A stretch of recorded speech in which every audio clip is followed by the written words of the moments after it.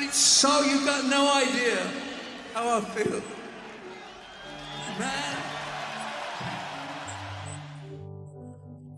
Before he died, Ozzy Osbourne whispered something to his nurse that left her frozen in silence. "They lied to me. All of them." What did the Prince of Darkness mean with those final words?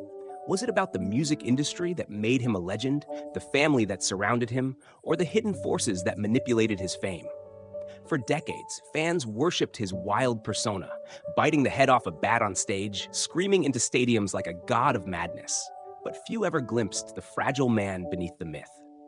In his final days, as the cameras turned away and the world assumed he was merely fading quietly, a far more haunting truth began to unfold. Behind the closed doors of his mansion, a once unbreakable icon was battling not just Parkinson's disease, but a web of regrets, secrets, and betrayals that had been buried for years. The rock star who had defied death for so long suddenly seemed consumed by it. Something had changed. The silence of his final interviews, the cancellation of his tour, the cryptic posts from his family, each hinted at a deeper unraveling no one dared to name. But now, for the first time, we piece together the hidden layers behind Ozzy Osbourne's last chapter. This isn't just about illness or aging. This is about a final revelation that may reframe everything we thought we knew about the madman of rock. Ozzy Osbourne wasn't just a musician, he was a force of nature. Born John Michael Osbourne in Birmingham, England in 1948, he rose from working-class obscurity to become the frontman of Black Sabbath, a band that would shape the very definition of heavy metal.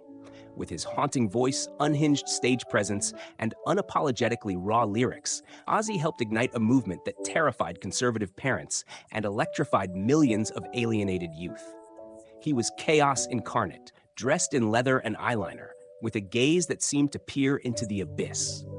By the 1970s, Ozzy was already a legend in the making. But he wasn't just famous, he was infamous. He drank until his speech slurred, swallowed pills like candy, and lived as if the rules of mortality didn't apply to him. After being fired from Black Sabbath in 1979 due to excessive drug use, a remarkable feat considering the band's own reputation, he spiraled deeper into darkness, only to be pulled back by Sharon Arden, the woman who would become his manager, wife, and controversial protector. Throughout the 80s and 90s, Ozzy carved out a solo career that was both commercially successful and personally destructive. His concerts were spectacles of shock, his public behavior unpredictable. Yet through every scandal, urinating on the Alamo, biting the head off a dove in a record executive's office, being arrested for attempted murder on Sharon, his fan base only grew more loyal. He became the embodiment of the unbreakable rock star, a symbol of rebellion who had outlived overdose, prison, and madness. But as the new millennium dawned, the curtain began to shift. Reality TV introduced Ozzy to a new generation through the Osbournes, revealing a bumbling, vulnerable, even lovable version of the man once feared as demonic. Yet beneath the humor was a nervous tremor, a growing fragility. Diagnosed with Parkinson's in 2003, but only revealing it publicly years later, Ozzy's physical decline began to overshadow his mythic persona. By the 2020s, he had become a shadow of his former self, physically ravaged, emotionally erratic, and publicly silent in ways that alarmed longtime followers. It wasn't just the illness. There were whispers within the music industry, among close friends, and even in fan forums of deeper problems. Rumors of betrayal from those closest to him, conflicts behind closed doors. A man who had spent his life on stage, suddenly retreating from the world altogether. Tour cancellations were officially blamed on health, but insiders suggested something far more complicated, something buried under decades of fame, addiction, and unspoken truths. In his final public appearances, Ozzy looked tired, his eyes unfocused, his body unsteady. But it was the silence that was most disturbing. The man who had never stopped screaming had gone quiet.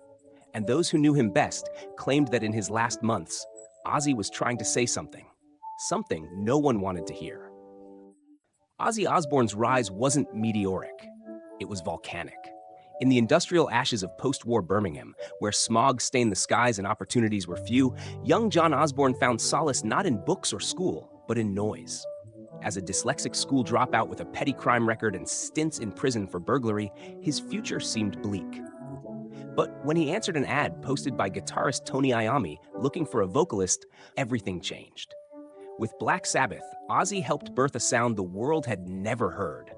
Doom-laden riffs, lyrics about war, death, and the occult, and an atmosphere that felt like the soundtrack of nightmares.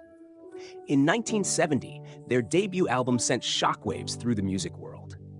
By the time Paranoid dropped later that year, featuring tracks like Iron Man and War Pigs, Black Sabbath were being hailed and condemned as the forefathers of a new genre, heavy metal. Behind the scenes, however, Ozzy was already a man unraveling. The band's relentless touring schedule, mixed with a bottomless appetite for drugs and alcohol, wore him down. Even as Sabbath's fame exploded in the early 70s, Ozzy was often too high or too drunk to function. His relationships with his bandmates, once brothers in sound, began to fracture. Tensions boiled over when, in 1979, after years of substance-fueled chaos, the band fired him. Most thought it was the end. Instead, it was the beginning of his solo resurrection. Sharon Arden, daughter of notoriously ruthless music manager Don Arden, stepped in to manage Ozzy's career and rebuild his life. Their professional partnership quickly turned romantic, even as Ozzy remained a whirlwind of dysfunction. Together, they launched Blizzard of Oz in 1980, an album that redefined his career.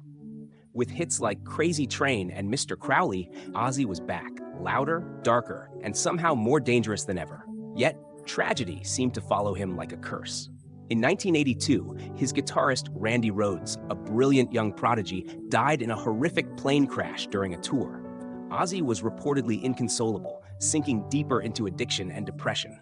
He would later admit to being so out of control during those years that he barely remembered entire tours. Arrests, overdoses, and public scandals became routine. He bit the head off a live bat on stage in Des Moines. He urinated on a sacred monument in Texas while wearing his wife's dress. In 1989, he was arrested for attempting to strangle Sharon in a drug-induced psychotic break. Still, the music never stopped. His albums continued to sell. His concerts continued to draw. Every scandal seemed only to cement his legend. He became the rock star who couldn't be destroyed. Fans idolized his recklessness, believing him to be indestructible, eternal. The darker he got, the more they loved him. By the late 90s, Ozzy had somehow achieved what few in his genre ever did: mainstream cultural relevance. He was no longer just a metal god, he was a household name. In 2002, the Osbournes debuted on MTV, pulling back the curtain on his bizarre domestic life. It was a surreal revelation. The Prince of Darkness was now a confused, foul-mouthed dad who couldn't work the TV remote. The contrast was irresistible. Yet, even as he made people laugh, something was shifting beneath the surface. His speech had become slurred. He trembled noticeably. Tour cancellations began to multiply. Sharon spoke vaguely about health concerns. Fans excused it as the toll of decades of debauchery, but the truth was darker. In 2003, Ozzy suffered a near-fatal ATV crash, breaking his neck and several ribs. The incident left him in chronic pain, dependent on medication, and noticeably diminished. Still, he tried to press on. He released albums, made appearances, toured sporadically. But each comeback seemed a little weaker, a little sadder. In 2020, he finally revealed he had been diagnosed with Parkinson's disease years earlier. The news stunned fans, but few realized how long he had been hiding it. And then came the silence. After years of noise, of headlines, of outrageous antics, Ozzy stopped. No more tours, no more talk shows, no more batshit behavior. Just absence. And in that quiet, the rumors began about what was really happening inside the Osbourne home, about what Ozzy had seen, endured, and maybe finally understood. In the final months of his life, Ozzy Osbourne existed not as the untouchable rock god we once knew, but as a ghost inside his own legacy. Behind the closed gates of his Buckinghamshire estate, shielded from the world by silence and carefully filtered social media posts, the real story was unfolding. A story of isolation, disillusionment, and quiet devastation. Parkinson's was only the beginning. According to those close to the family, Ozzy had developed advanced complications that stripped him of his autonomy. Once defiant and unpredictable, he now needed help standing, dressing, even eating.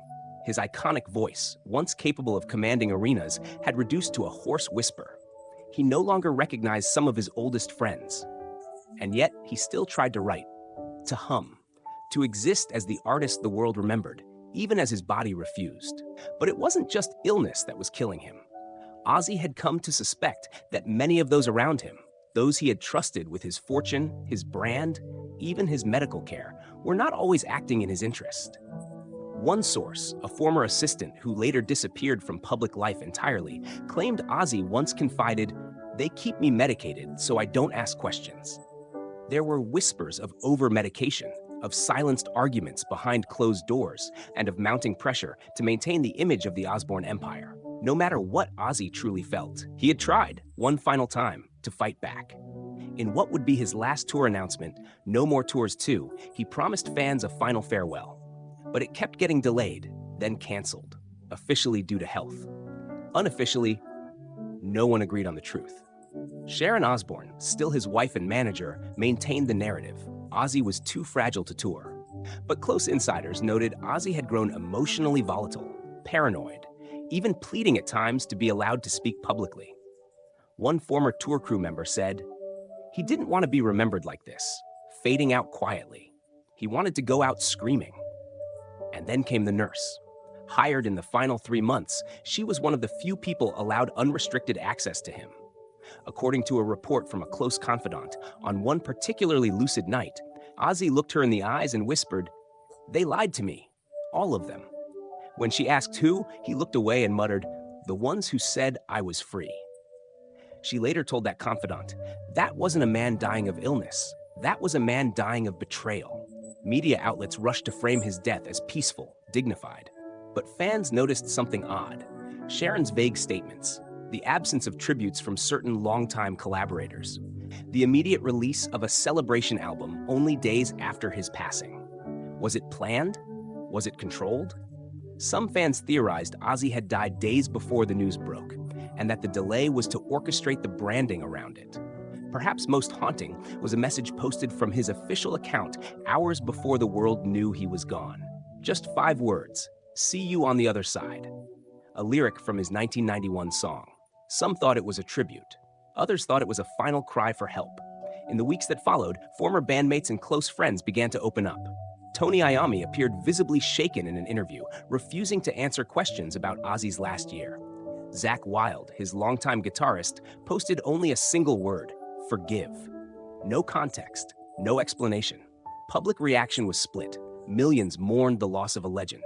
But among the grief, there was confusion, unease. Was Ozzy protected or controlled? Did he die surrounded by love or regret? One journalist wrote, "He was the loudest man in the world, but his ending was almost too quiet."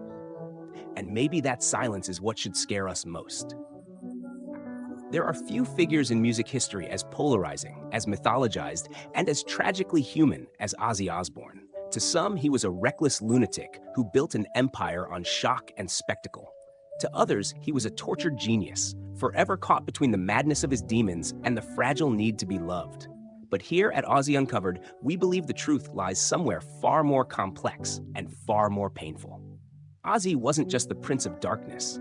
He was a man forged in poverty, crippled by addiction, and sculpted by an industry that feasted on chaos. He gave the world everything, his voice, his energy, his madness, and in return, he was adored. But that love came at a cost, because the same world that made him immortal also never allowed him to be vulnerable, never allowed him to stop. As fans, we often romanticize the self-destruction of rock stars, especially those like Ozzy who seem to defy death over and over again. We cheer the collapses, turn overdoses into punchlines, and celebrate the madman persona. But behind every headline, there was a man who had lost his best friend in a fiery plane crash, who nearly killed the woman he loved during a mental break, who forgot his children's birthdays because he was too high to know the date. These weren't stories for tabloids. These were cries for help that we applauded instead. And what of the final chapter? The silence, the suspicion, the whispers of betrayal. Is it possible that Ozzy's end was shaped not by his illness, but by the hands of those who saw him less as a man and more as a product, a name, a legacy to be curated, packaged, and monetized, even in death? We do not accuse, but we ask. We ask why so many of his final words were never recorded. Why tributes from key figures were cold or non-existent. Why a man who once screamed his truth on stage for millions died behind closed curtains, without a microphone, without a roar. We ask why the world only wanted the Ozzy in the leather trench coat, not the Ozzy in a hospital gown crying for clarity. Why the industry that cheered his every insane moment became so quiet when the moments turned heartbreaking. And we ask you, the viewer, the fan, the one who might still have Crazy Train on a playlist somewhere. What do we owe to the people we idolize? Do we see them as human, or do we consume them like ghosts, feeding off what they once were while ignoring what they've become? Ozzy Osbourne gave more of himself than most artists ever could. He lived in extremes, burned in public, and died with more questions than answers. But maybe that's the nature of legends. They shine too bright, and when the light dims, we pretend not to notice. Because it's easier to remember the myth than to face the man. In the end, Ozzy Osbourne didn't go out with a scream. He faded slowly, quietly, almost tragically, into the very shadows he once danced in. The world remembers the spectacle, the bats, the blood, the madness. But perhaps we should also remember the silence, the stillness of his final days, the haunting feeling that something was left unsaid. There is a kind of sadness reserved only for legends, those who gave everything, who were cheered louder the more they fell apart. Ozzy's story is one of fire and ruin, of love and betrayal, of music that rattled generations and personal demons that never stopped clawing. And when he finally went still, when the noise finally ceased, the world was left not just with grief, but with an ache that maybe we never really knew him at all. He was more than the madman of rock. He was a son who watched his father die without reconciliation, a husband who both broke and rebuilt a marriage, a father who loved deeply but lost time to addiction, a man who laughed too hard, hurt too long, and sang louder than anyone before or since. And now he's gone. But somewhere in the static of an old vinyl crackling in a darkened room, you might still hear his voice. Somewhere in the memory of a concert where you screamed until your throat was raw, his energy still lingers. Somewhere between reality and myth, Ozzy still lives. Some stories are never told, but now you know. He was chaos, he was pain, he was unforgettable, and he was ours.